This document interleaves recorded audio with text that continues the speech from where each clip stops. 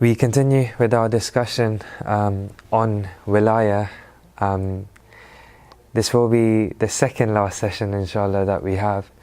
And there's quite a bit that we need to get through. And one of the things I'm definitely not very good at doing is going through stuff. So anyways, I'll do my best. I mentioned in the last session that we're going to be looking at the different characteristics of the Taaghut, like trying to understand what is or who are the Taaghut or what is the Taaghut. And then at the end of it, hopefully we'll finish off in our next session looking at what the responsibilities of the faithful are, what the responsibilities of the mu'mineen are when you're in a situation where you are living in or have some attachment to the Taaghut, which I think will be a very interesting and controversial enough topic for me to finish on and then run away and potentially never see you guys again.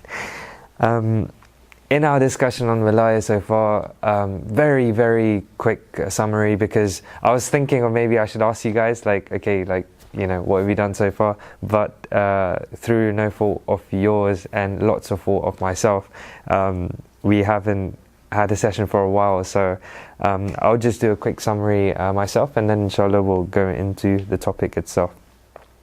We said Wilayah, from the very basic understanding, very basic definition that we get from the Quran, means attachment. We looked at this attachment in different ways. So we said this attachment can either be horizontal or it could be vertical. Horizontal Wilayah is the relationship, the attachment that you have towards the mu'mineen, towards those on the same level as you. And vertical Wilayah is a reference to the attachment that you have with the leadership or the level above you. That was one way of looking at it. Another way of looking at Wilayah was wherever there's attachment, there's also detachment. There are certain things when you're attached to them, you have to be detached to other things. Otherwise, that attachment in the first place doesn't make any sense. So for example, if you love the flame on top of a candle, you have to have a dislike for anything that blows that flame away. So you wouldn't want water, for example, to touch that flame. You wouldn't want a breeze to come and take that flame out, right? So if you have that attachment towards the flame, you would have to have a detachment towards those things which could take that flame away from you. So in that detachment, we began the discussion of the Taaghut. We said that very simply, if you are not attached to the divine, if you're not attached to the divine movement, if you're not attached to the divine symbols of that movement, automatically you are attached to the Taaghut. Taaghut is anything which is non-divine. Okay, so be it an idol, be it a movement, be it a personality, be it a school of thought, be it a system, a government, whatever. Anything that is not divine is the Taaghut. This is what we touched upon in our last session. For us to identify further what this Taaghut is, it's important for us to know what some of the characteristics of this Taaghut are, so that whenever we come across it, we can identify it, and then we'll figure out what our relationship with this should be. What's important though is to recognize that, as I mentioned, Taaghut isn't a name of a specific statue. It's not the name of for example, as like Iblis, that existence specifically. As I said, Taaghut is a reference to anything that is non-divine. Right? We mentioned again in our last session that how Taaghut and Shaitan have been used interchangeably in the Quran as well. And we mentioned that Shaitan is any external force which takes you away from the divine path. Okay, so anything which pushes you in that direction is a Taaghut. Okay, so what are some of the characteristics of the Taaghut? And it's important, as I said, to know these, because we need to identify Taaghut on in every dimension and on every level that we can find in our lives, right? So whether that's the level of systems and governments, whether that's within our own communities, whether that's within our families, or whether that's inside of ourselves, right? Because Taaghut is not a reference to one individual or one thing, right? Sorry, because it's not a reference to one specific individual, one specific idol, right? It can also be inside of us, right? And we identify a Taaghuti existence within us by knowing the traits of the Taaghut and seeing whether those traits are there or not, right? And as I said, the same thing when it comes to governance and family and communities and so on and so forth. So we're going to initially present it on the level of, for example, a system that is Taaghut would have these traits, but then we're going to try and see how that would apply to us on an individual level as well. There's a very beautiful saying of Ayatollah Bahjat in which he says that there is a Fir'aun, so the Pharaoh, Fir'aun, was one of the manifestations of the Taaghut in the Quran. Ayatollah Bahjat says there's a Fir'aun in every one of us. Our Egypt is small, right? So there is, sometimes within us we have those traits of the Taaghut, but the reason why we're not as bad as him is just because we didn't have the opportunity that he had. Maybe if we had that opportunity, maybe if our Egypt was big as well, then we would have done exactly what he did. Right? So it's important for us to understand and identify that Fir'aun which exists within us. And again, one of the ways to do that is to understand the traits of that Fir'aun and see if we have those traits or not. Please recite a salawat.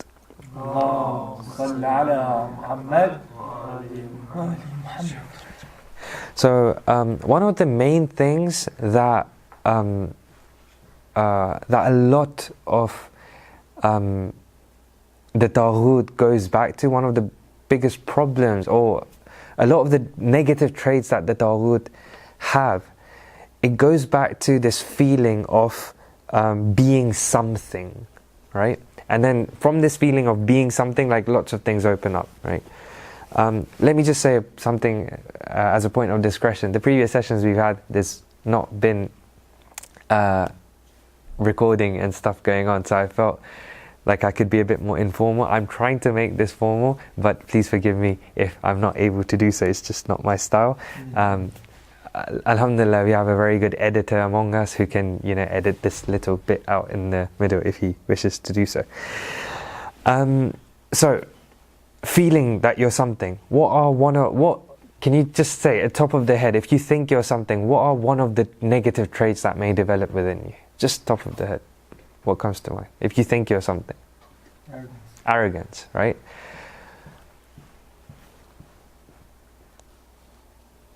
It's so interesting when you look at the Quran and you see Allah talking to the representatives of the divine movement, the divine symbols, telling them to deal with the Taaghut, right? And when Allah says, deal with the Taaghut, He's not talking about, raise an army and go attack them and take a... No, He's initially, what the attempt is to create Iman in the hearts of the Tawaghit, like change their kufr into Iman. And what's interesting is one of the first steps that they always took was breaking this arrogance within them. Okay?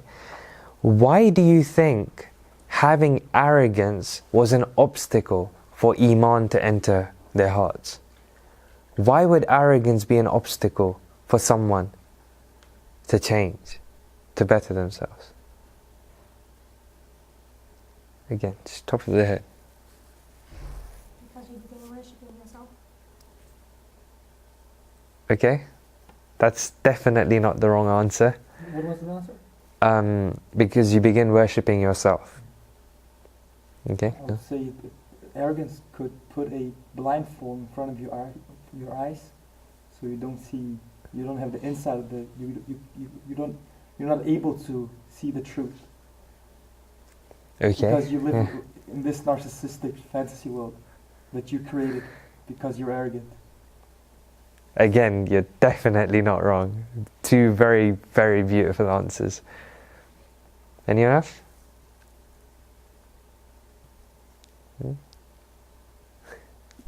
It's always difficult to say another answer when two answers have come and I've said both are right. It's actually, it's very simple. It's like, look, why are you arrogant? Because you think you're something, right? If you think you're something, are you really looking for the things that are missing? You know? Can you actually grow? You grow when you can see weaknesses. You grow when you can see that, okay, I don't have something. If you think you are something already, if you think you have everything, why would you want to change that? Why would you want to grow?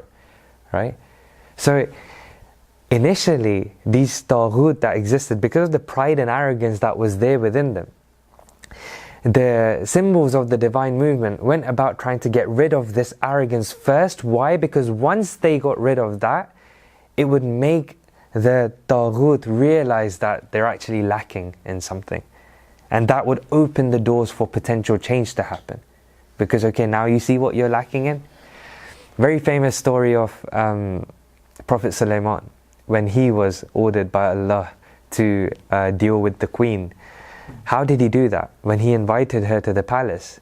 Really beautiful way it's mentioned in the Quran as well.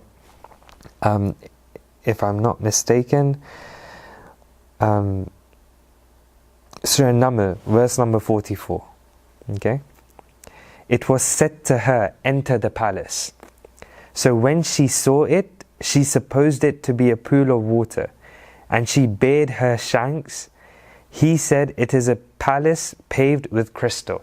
Okay, so what happened? He invited her, this queen who had this arrogance and pride in her, he invited her to the palace. When she entered the palace, she saw the floor. And the floor was made out of this very clear crystal. Right? And when she looked upon it, she couldn't figure out what it was. She thought it was water, when it was just, a floor made out of clear crystal. She thought it was water. What did she do?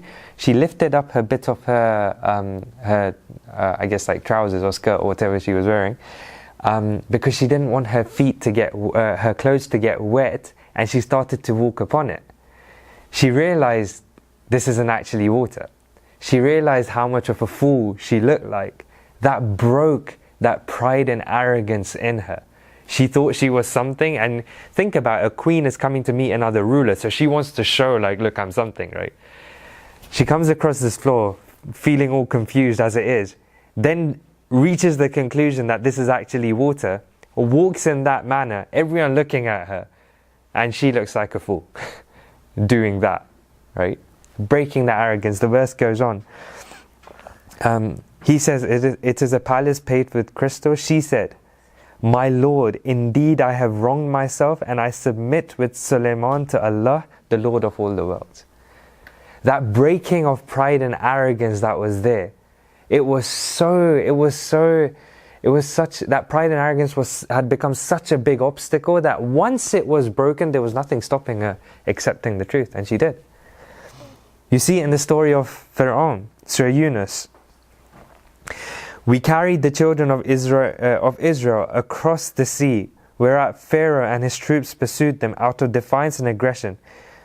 What happened then? When overtaken by drowning, so when this Pharaoh who thought he was something, he had this pride and arrogance within him, when he was drowning, when he saw the seas part in front of him, he saw Hazrat Musa and his followers go through it. And then he went through it. When he tried to go through it, the water came crashing down on him. He saw the power of Allah. That arrogance and pride broke within him. And what did he say? I believe that there is no God except Him, in whom the children of Israel believe, and I am one of those who submit to Him. Once that pride, once that arrogance was broken, again, that was the obstacle. Pharaoh being one of the biggest manifestations of Taaghut in the Quran, what happened? The doors opened for Iman. Obviously for him it was too late, as we're told in the tafsir. It wasn't like, I just realized, I was wrong and I'm going to say sorry and everything will be fine now. No, it was too late for him. But what God is trying to show here is pride and arrogance gets in the way. There'll be a time where you'll be shown who true power belongs to. You will be humiliated, and then you will realize, and then the doors of Iman will open for you. Right? And I mean, if you want to take more contemporary examples, if you guys remember the 6-day war that happened between Israel and 3 other Arab countries, the Yom Kippur War, right? 6 days it took Israel to wipe out 3 militaries, right? And it's finished. Like, the arrogance and pride they felt after that, right? It took a group of guerrilla fighters with an unconventional army, not even a whole nation's military, to break their pride. In 2006, what the resistance in South Lebanon did, again, it broke the arrogance of Israel. And it was only after breaking the arrogance of Israel that they stopped. The Taaghut have this pride and arrogance in them. Unless it's challenged, they're not going to think twice. They're going to continue on their path. Israel was going to continue on its path unless its arrogance was broken. And it was. And then Sayyid Hassan came out with that famous speech where he compared Israel to, it said it's weaker than a spider's web, for example. Right? Again, breaking its arrogance. And the revolution is this, the Islamic revolution in Iran, that's another example. Like, you guys know about the taking over of the embassy staff, right? So after the revolution happened, the revolutionary movement over there, they went to the US embassy and took the staff hostage, right? Obviously, if you just say it like that, that sounds kind of, was that the right thing to do? However, the US embassy in Iran was used as the headquarters which protected the US imperialistic interest within that region. And anyone who would try to get in the way, that was the headquarters for finishing them off, right? And that's why when they captured it, the staff were busy destroying documents. They were putting them through shredders because they knew that once those documents are there, everyone will know that a US embassy in your country does not just mean looking after visas and getting new passports and stuff, right? It's something a lot more than that. And by the way, like, if you know the aftermath of that, the students who had taken the staff hostage, they took the shredded paper and over the next few months they pieced all of or as much as they could back together again. And now those documents are all available online. And what they knew was true. Like, now there's documented evidence for what that embassy was actually being used at. But what's the point here, right? They not only did they manage to do that, when there was this thing within the Americans that anywhere in the world, if they want something to get done, they have the best of everything. They just press a couple of buttons and it just happens, right? So there was a rescue operation that took place in which the US Army commissioned its best unit, the Delta Force unit, to go in with 2 helicopters, again, state of the art for that time, go in, extract the hostages, come back out, right? And when these guys plan an operation, they make sure the weather conditions are okay. They make sure like everything is in place, right? What happened, right? Helicopters went, middle of the desert, sandstorm out of nowhere, crashed into each other, finished, right? And then Imam Khomeini comes to tell people what happened. He starts off with the radio broadcast starts off with him reciting Surah Fil. Again, breaking the arrogance. What happened after that? Did they try again to, we're just going to go into Iran whenever we want and just, take out whoever we want? Like, no, it stopped them. The Taaghut have this trait of arrogance within them. When it's challenged, it makes them think twice. Okay? And then obviously the 8-year war as well, right? After the 8-year war, did they try to go to war with Iran again like that in such a manner? No. Like, again, when you stand up to this arrogance, they think twice. They have to change their ways at the very least. And in the best of situations, like that queen that stood in front of Sulaiman, they may actually become among the mu'mineen. Please recite salawat.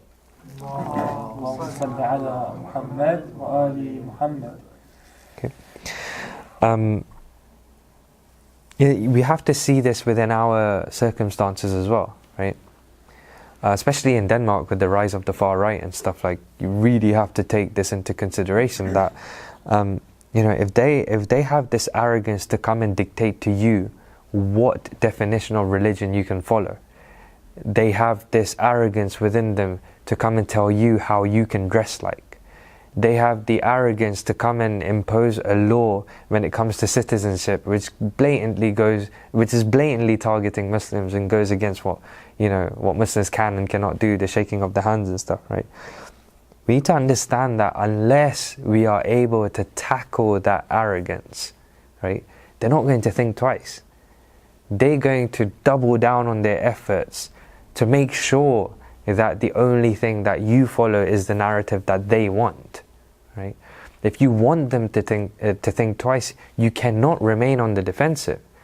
You have to, if they call you a terrorist, you tell them how they are the biggest terrorists in the world. You expose their hypocrisy, you expose their flaws.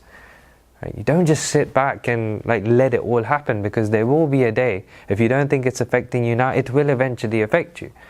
The way you tackle the Taaghut, the arrogance that they have in them, is by trying to break it. That's when they'll think twice. Before that, don't think that they're going to think twice. When it comes to divine leadership, so that was the leadership that's Taaghut, arrogance and pride just doesn't exist when it comes to relations with the faithful, with the people, right? The Prophet, who's the best of creations, he's ordered in the Quran to show humility towards the faithful. If you look at Surah Shu'ara, verse number 215, and it says it again very beautifully in the Quran, it says, "And lower your wing to the faithful who follow you." Right? A reference to humble yourself, show humility towards the faithful. It's like, hang on a second, Allah, you're ordering the Prophet. He knows how much more he knows than the people in front of him. He knows he's the best of creations. He knows he can do miracles. Who is he in front of those people? Right? But he's still being told to be humble, to show humility towards them. That's the way of the divine leadership, right? Opposite of the Taaghut. And again, this comes back to us as well, right? Do we have pride and arrogance within us? Do we think we're something? Right? How many times have we done something which we know is considered to be below us? Right? I was reading a really interesting news article just before I came, and it said that the situation in England, economy-wise and education-wise, has become so bad that they interviewed a head teacher of a school who took care of cleaning the toilets to save money for the school. Right? Now, I'm not saying I don't know what his intentions and stuff were, right? But a head teacher is not expected to be cleaning the toilets of his school, right? That's someone who's doing it for whatever reason. We have so many examples of people who are role models for us, being in positions where they're not expected to do those things, but they do it. Why? Because it humbles them down.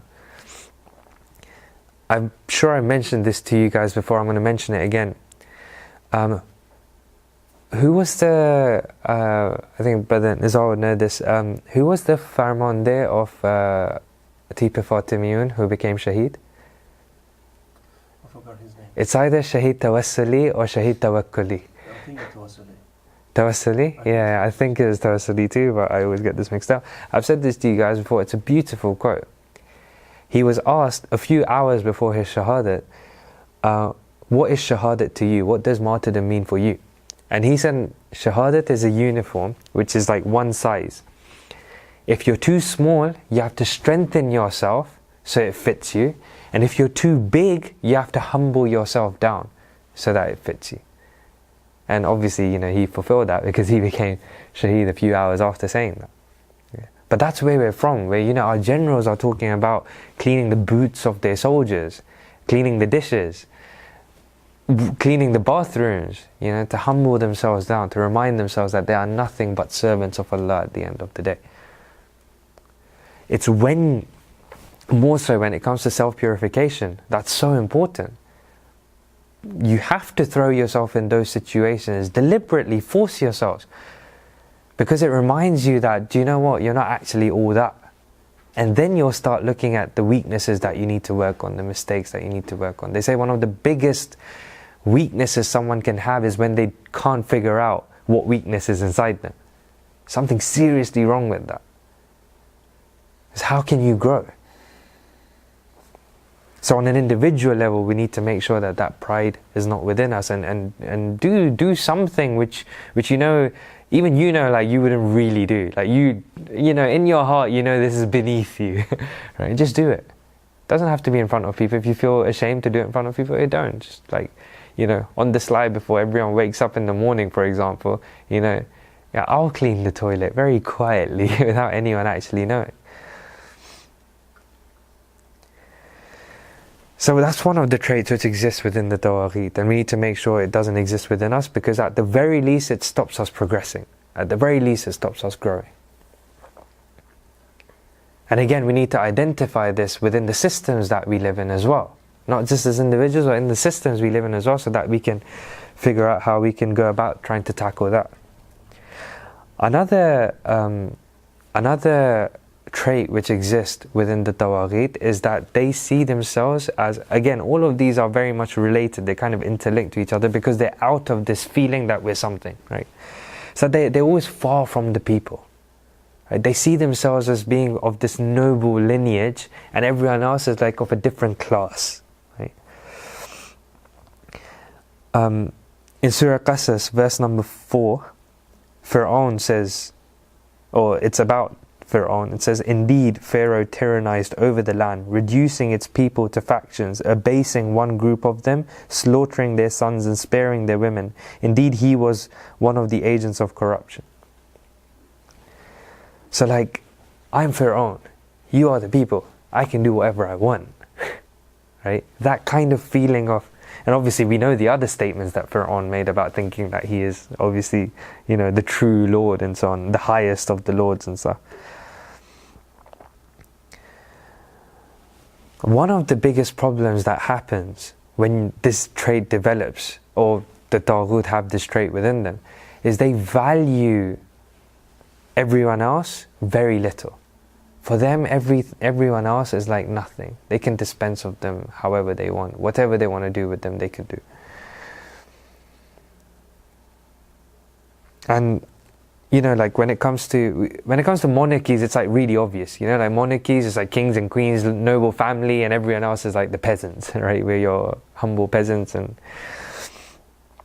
But this is also true of what is considered to be the most progressive form of governance, which is like a capitalistic democracy, right? It's the same thing. They value you as much as your vote, right? There is an elite class who cares about protecting their own interests, right? And everything else is just a tool for them to get more and to use now and again every 4 years to keep them in power. That's it, right? We are something else and you are something else. This distance that they see from the people. You know, if they genuinely valued the vote of the people, they genuinely valued what democracy is, okay, then what happened to the Palestinian vote when they voted for the Islamic resistance in Palestine, when they voted for Hamas, for example? Who recognized it? How many people recognized it? Both in West Bank and Gaza, they were voted into power. Right now, the governing bloc in Lebanon is led by the Islamic resistance.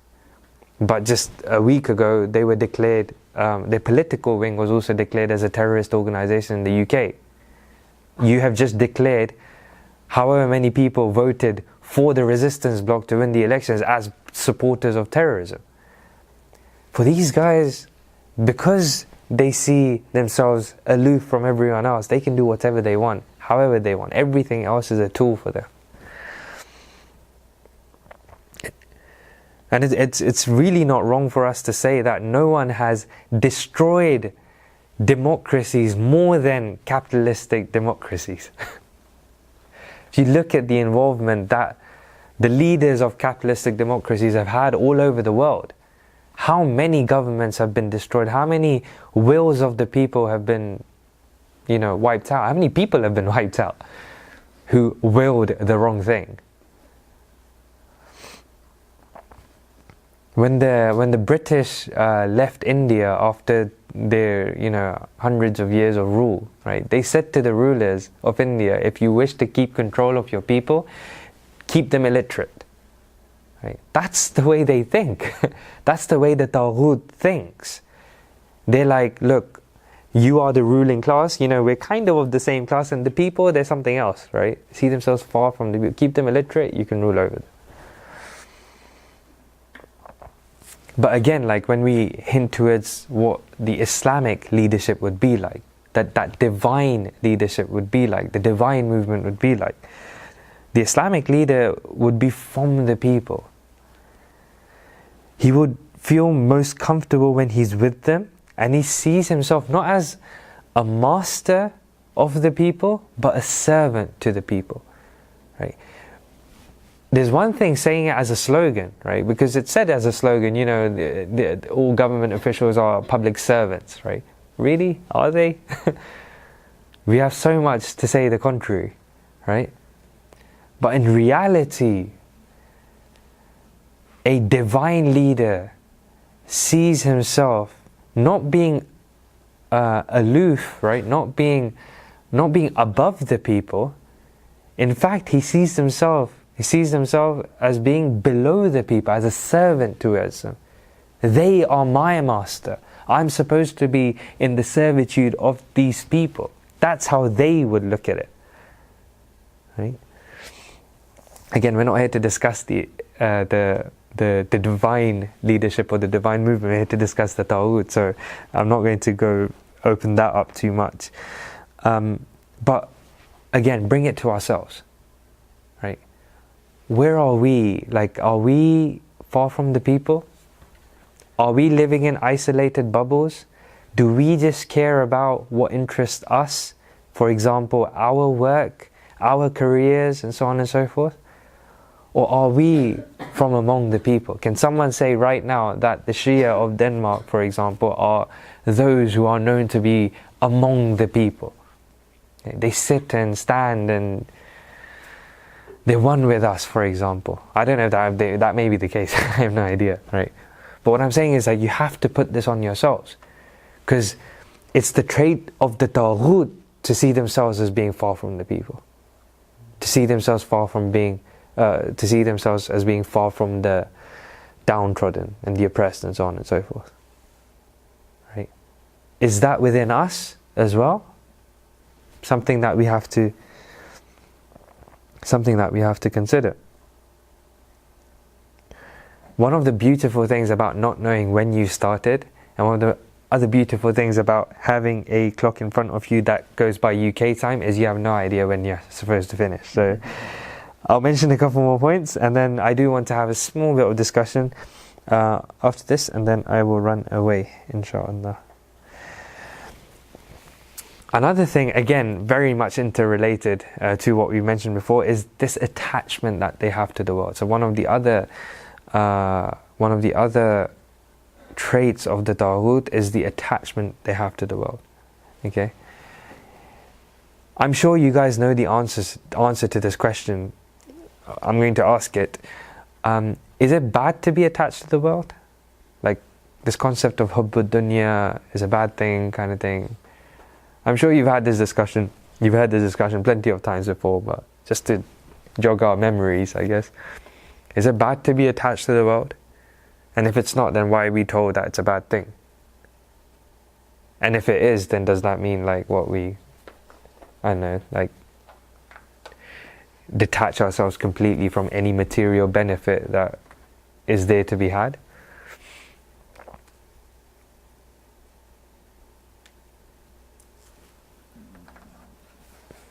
I mean, I guess it depends on how you are attached to the world. Okay. Right. Like with glue. No, I guess in order to reach the ultimate goal, you need to be attached to this world Because what does it mean not to be attached to this world? Does it mean just like live the rest of your days in the mosque, not taking an education and working and building a new home for yourself? Is that not being attached to the world? It's a good question. Because if it is, that's, I would say, counterproductive towards the goal you want to reach. Okay, I see interesting. in your eyes, that's the right question, right answer, right? You guys are my teachers, so I can't say that it's the wrong answer, can I? No, I'm joking. It's a good answer. There's a specific word that you use about 2-3 times in there, which is the key to the answer. But I want someone to highlight like that specific thing. You did, but I want to see what others think. Brother Nizar. Okay, because of your intentions, the intentions that you have in the work or in your relationship to the physical world. Okay. Because one person can work but have the intention that, well, the hours I put in this work should bear fruits in another place. But in order to make the fruits grow, I need to be attached to some kind of things which is worldly. Okay. Interesting. Sisters, anyone have any comments?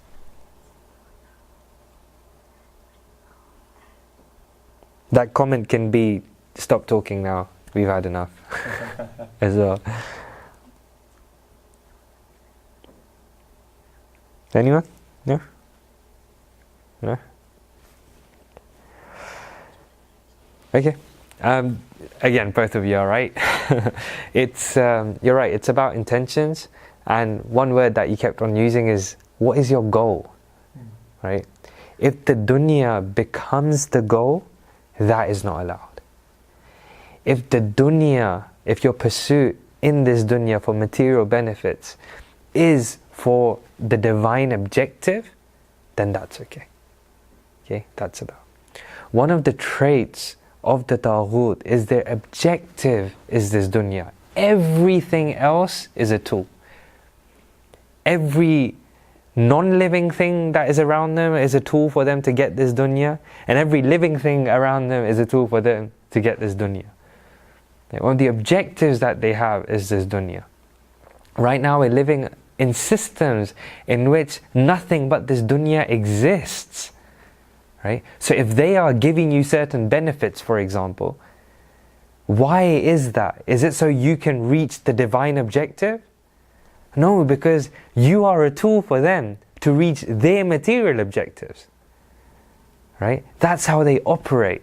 If you have mosques over here, if you have a certain amount of freedom and stuff, all of this is because it's a tool for them to achieve their own material objectives, because nothing else exists for them. This is the dunya. This world is the only thing for them, right? So one of their traits is that this attachment that they have to this world. And what's interesting is that this is actually another interesting question for you guys, to see, the level of the irfan which exists within you, which I'm sure is so high that it can't be expressed in words, which is why you may not answer this, but inshallah khair.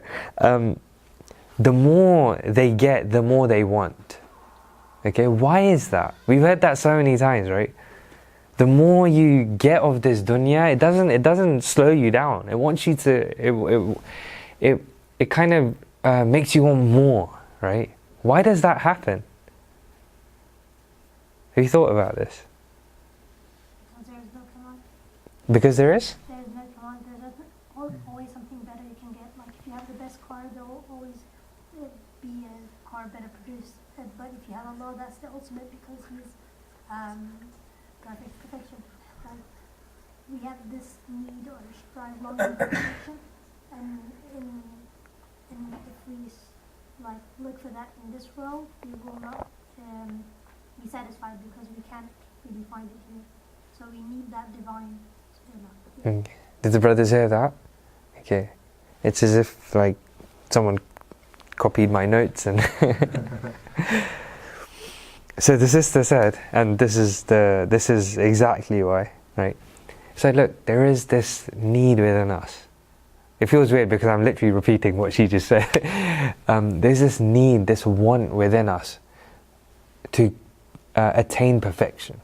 It's built within us. We always want perfection, right? We always want the best possible thing, right? And that perfection is nothing but Allah. We can't find it anywhere but in the divine, right? So what happens is there's this need within us. Now, the need is there. So we need to quench it one way or another. For those for whom the immaterial world doesn't exist, they try and quench it using material means. And then they do to an extent, right? It's like, okay, I really want this car, right? Because, you know, I want bigger, better, all of those things, right? That's what I want, because that's, remember, bigger, better, more knowledgeable, more strength. All of these are traits of perfection, right? So you're going to try and get it from wherever you think you can, right? So I want this car, right? Okay, you get that car. Your thirst is quenched for a while, right? But then you want the better car, right? And then again, it's that thirst is quenched for a while. But the thing is, right, the more you keep trying, it's like, no, it has to be something more. It has to be something more. It has to be something more. Inside of you, that fire like burns even more and more and more. It doesn't slow down. It actually increases. Why? Because you're like, I don't understand. I'm getting everything of this dunya. I'm still not being fulfilled, right? It's like drinking salty water. The more you drink, the more thirsty you get, right? That's exactly what's happening over here. Again, a trait of the Taaghut is they always want more. Their objective is this world. And because they will never be satisfied, they'll keep increasing in their efforts to get it, right? So if you thought that they would slow down in the destruction that is being committed in the pursuit of their material objectives, you're wrong. They're not going to slow down. They're not going to slow down until they find the only and true and real quencher of that thirst, which is the divine movement, and which are the divine symbols of that movement. They're going to continue, right? Again, look at it within yourselves. If you have this trait within yourself, this attachment to this world, and you always want more, and the objective is this dunya, and therefore you're not able to quench your thirst from it, what happens? Right? What happens? Like, you will become a destructive force as well. You do whatever is necessary to get to that objective. Connect yourself with the divine so that you don't fall into that trap as well. You know, we're followers of Amir al-Mu'mineen, who, when he was the Khalif of all the Muslims, at night he used to go and play with the orphans. He used to go to the homeless and feed them. And, you know, where's the dunya in that? Right? You have everything, and this is what you're doing. Goes back to all of the previous points that we mentioned. Shows that the hadaf for him was not the power this dunya can give you. It was not the status that this dunya could give you. He used to live like those who are most poverty-stricken in his governorship. Where's the dunya in that? You can have the best food you want. You can move militaries and do whatever you want, right? But no, like, you don't do that. Please recite salawat.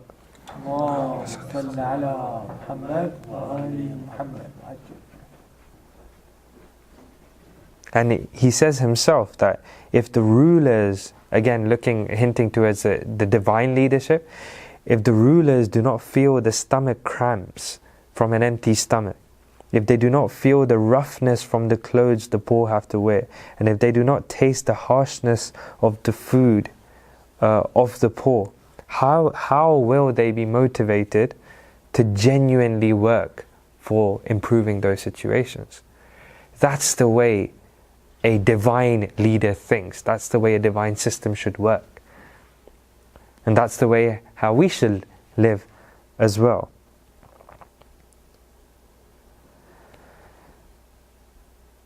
I'm going to stop there. Just as a reminder, why are we going through these? Because we want to see, we want to understand. We understand, okay, the system that we live in is a Taaghuti system. We understand a lot of the communities, even if they're Islamic by name, they may be a manifestation of the Taaghut. We understand that within us there are traits of the Taaghut that exist, right? By understanding what the traits are, we are able to identify where the Taaghutiness exists in all these levels, and then hopefully we'll be able to understand what our relationship should be with those different levels as a result of this. And as I said, inshallah, we'll finish off with the question of if you are in the pursuit of the divine, if you want to have the wilayat of Allah, if you want to have the wilayat ilahi, the divine wilayah, right? But you're living in a situation where you're surrounded by the wilayah of the Taaghut, because after we understand the traits, we will understand that that's the system that we are living in. What are you supposed to do? What is your responsibility? Are you supposed to go? Are you supposed to stay? Are you supposed to stay in a certain way? Are you supposed to go in a certain way? Like, what are you supposed to do? And hopefully through that, what I'm really hoping is by the time that that finishes, it gives you a certain push, a certain motivation to understand what your practical responsibilities and duties should be in your day-to-day lives over here. Right? Hopefully. I'm going to open this up to a discussion. So if you guys have any questions and about anything that we've ever mentioned, if you want to know how my two beautiful children are, anything, like, you feel free to ask, and I will store those questions in my mind. We'll discuss them a bit, and then I'll go and ask someone who actually knows their answers and get back to you.